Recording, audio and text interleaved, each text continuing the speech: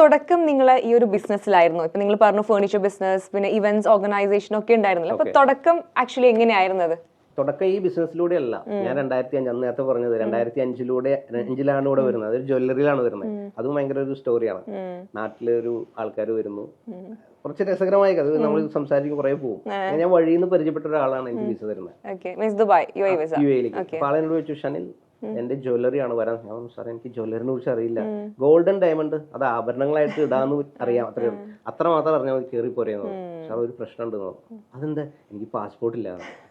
അങ്ങനെ അവിടുന്ന് പാസ്പോർട്ട്, അത് സാറിൽ ഒരാഴ്ച കൊണ്ട് കിട്ടും, ഞാൻ ഒരു ലെറ്റർ തരാം, അത് മറ്റേ ജോബിന്റെ ആണെന്നൊക്കെ പറഞ്ഞ് കാണിച്ചാൽ മതി, ഡൽഹിക്ക് പോകണു വരുന്നു, ഒരാഴ്ച കൊണ്ട് സംഭവം ശരിയാവുന്നു. അങ്ങനെ ഇവിടെ എത്തുന്നു, 3 വർഷം ജ്വല്ലറി ഇൻഡസ്ട്രിയിൽ വർക്ക് ചെയ്യുന്നു, അതിന്റെ ഇടയിൽ ലൈസൻസ് എടുക്കുന്നു, തിരിച്ചു പോണു. പിന്നെ വരുന്നത് ഒരു കമ്പനിയില്ല, സെയിന്റ് ഗോബൈൻ ഗ്ലാസ് കമ്പനി, ഗ്ലാസിന്റെ ഡിസ്ട്രിബ്യൂട്ടേഴ്സ് ആണ് സെയിന്റ് ഗോബൈന്റെ. അവർക്കൊരു മെഷീനറി ഡിവിഷൻ ഉണ്ട്, അവിടെയാണ് ഞാൻ ജോയിൻ ചെയ്യുന്നത്. അവിടെ നന്നായിട്ട് പോണു. ഈ പറയുന്ന പോലെ കുറച്ച് താഴെയുള്ള ആൾക്കാർക്ക് ട്രെയിനിങ് കൊടുക്കും. ബോസിന്റെ ഞാൻ ട്രെയിൻ എടുക്കുന്നു, ട്രെയിൻ ചെയ്ത് വന്ന് ബാക്കിയുള്ളവർക്ക് ഞാൻ ട്രെയിനിങ് കൊടുക്കുന്നു. അതൊക്കെ ശരിക്കും നമ്മുടെ ഒരു ക്യാരക്ടറിനെ മോൾഡ് ചെയ്യാൻ പറ്റിയിട്ടുണ്ട്. അങ്ങനെ ഒരു സമയത്ത് പറഞ്ഞു, എൻ്റെ അടുത്ത് വേറൊരു ഓപ്പർച്യൂണിറ്റി വരുന്നു, നമുക്ക് US പോവാം, പക്ഷെ അതിന് മുമ്പ് ഇവിടെ ഒന്ന് നിൽക്കൂ. അപ്പൊ ഞാൻ അത് വിശ്വസിച്ചിട്ട് അവിടെ നിന്ന് ഇറങ്ങുന്നു. അവിടെ നിന്ന് റിസൈൻ ചെയ്തു. നല്ല നല്ല ലൈഫ് അടിപൊളിയായിരുന്നു.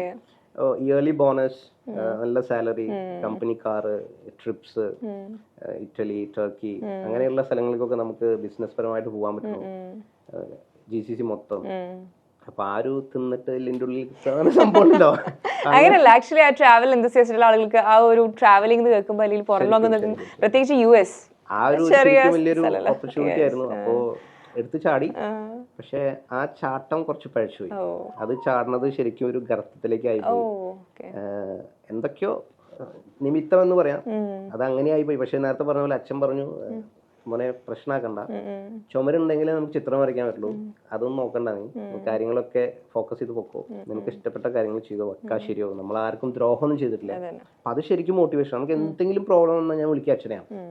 അപ്പോ അത് ഭയങ്കര 2 വാക്ക്, സാരില്ലടാ മോനെ എന്ന് പറയുമ്പോൾ ഭയങ്കര ഒരു സമാധാനം, ഭയങ്കര ഒരു ബൂസ്റ്റാണ്, മോട്ടിവേഷൻ.